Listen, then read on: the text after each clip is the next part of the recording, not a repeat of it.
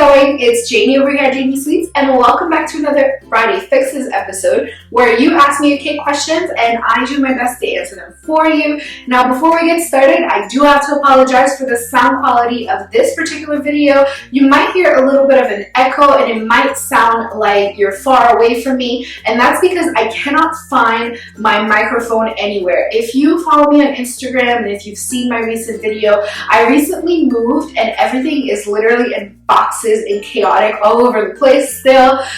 So I do apologize, but hopefully you can hear me because the message that I am trying to convey to you guys I think is very important, and I did not want to wait to until the next Friday Fixes to let you guys know. So this episode is going to be addressing a question that somebody had asked me, and she or he asked, do you show pictures of the cake to your clients before they pick it up or before delivery? And what her concern was is that it was a way for the client not to pay the price, trying to find fault with it, especially because she did not charge a deposit. Now, this brought me to think about this question, and I'm going to answer it in two parts. Now, the first part that I'm going to address is, do you show pictures of your cakes to clients? The short answer for that is no. I did used to do that, and what happens is in the camera or on the picture, a lot of times it doesn't quite look like what they think. You know, maybe it's not as sparkly as they imagined, or maybe this shade of blue is darker than they thought it would be. So I like to tell them, I apologize, I don't do that. I hope you can understand, but you can definitely come a little bit earlier so you can look at it, and you know, it definitely will be made to your liking, and I reassure them that it's going to be okay. And I also tell them that what they're going to see on the picture may not reflect what it looks like in person. And if they have any concern once they're here, we will address it. So reassure the client that it's okay, but don't show them a picture, because the point that she made, which is a very good point, some people are very dishonest and not trustworthy, and they're trying to scam you out of, you know, your money and your hard-earned your work. So you want to make sure that you stay away from these kinds of people. And that was my phone. And also, what I like to think is that if you go to a bakery, there's no way you can ask them, oh, can you please send me a picture of the cake because I want to see what it looks like. If you feel a little uncomfortable telling them this is how I started out doing it before I flat out told them no. I would say, oh, I'm so sorry, I'm not home right now. I will be right before you pick up the cake, even though I am home. Or, I'm so sorry, I'm driving with the cake right now. You will see it at the delivery. So try to make them feel like you can't take the picture, so that they don't think that you're just being a mean person. So this is my 2 cents on that part of the question. Now, on to the second part of the question. It was about deposit, and she did not charge a deposit, and she wanted to know, is that normal? Should she charge a deposit, etc., etc. Now, I learned the hard way, the hard way. I did make a 3-tier cake for somebody that I did ask them the day before, are you sure you still want the cake? Because it was supposed to be a huge snowstorm, and I was supposed to drive 2 hours to deliver this cake. And I asked her, are you still gonna have the party? They're predicting a really bad blizzard. And she said, yep, I'm still having the party. It's still going on.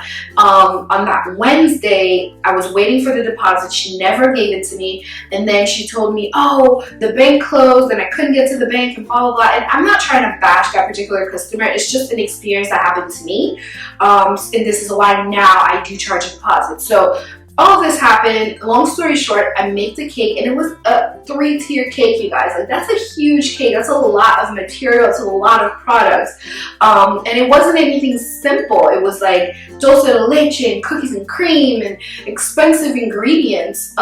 So I made the cake, and then the day before the party, she called me and says, we're not having the party anymore because of the snowstorm. And I wanted to die. I was like, oh my gosh, like, what am I going to do with this cake now? But I said, you know what, that's okay. Maybe she's going to postpone it to a couple of days later. I can still keep the cake in the fridge. No, she postponed it to 3 months later. And can you imagine, she did not want to pay the money for me to remake the cake. She didn't want to. So that just was a really, really hard lesson on me. I ended up remaking the cake for her and I gave it to her for free, because sometimes you just want to be done with a customer, because she just was arguing with me and arguing. So sometimes you just want to be done with a customer, you just give it to them for free. I did end up making the cake 3 months later. I did end up driving the 2 hours to deliver it to her, and it wasn't even like, she wasn't even grateful. It was just a horrible experience. So since that day, I decided that A, I'm gonna have a contract, B, I'm gonna charge a deposit. Now, in my contract, I do say that the deposit that I'm charging you is non-refundable. So you cannot get your money back. I don't care if aliens came and like wiped out your party, the deposit is the deposit. And I even take it a step further. I do require full payment 1 week before the cake is due. And a lot of people do it in the industry, some people don't. But when you are making a custom product, right, you can't turn around and sell it to somebody else if that person doesn't want it, or that person decides that they're not going to pick it up. If they pay you, 9 times out of 10, they're serious. Even if you don't charge the whole amount, at least charge the deposit, because once their money is out, they're serious about it. They really want that product and they trust you as well. Now, the issue of trust comes in. A lot of times people think, well, I'm just a newbie, maybe they're not going to be like confident and think that I'm going to run with their money. This is why you need a contract, guys. Like, if you don't have one, again, definitely check out the description box below. I will link the video that I did talking about my contract and how you can make yours, because you definitely need it. Now, your contract is what's going to bind you and the customer to that product, right? So not only is it ensuring that the customer is going to pay you for the product, but it's also reassuring them that you're going to deliver the product as well, because that's your contract, that's your name on there. They can turn around and sue you if you don't deliver what is said on the contract. So calm them down and explain to them, well, I do have the contract and it's signed by you, and that's my name on there. You will receive the product, but I do charge a deposit. And if they're really, really trying not to pay you a deposit, then that's not the customer for you. You can turn around and go pay somebody else a deposit, because at the end of the day, if they're very, very reluctant, most likely they're not going to be trustworthy themselves.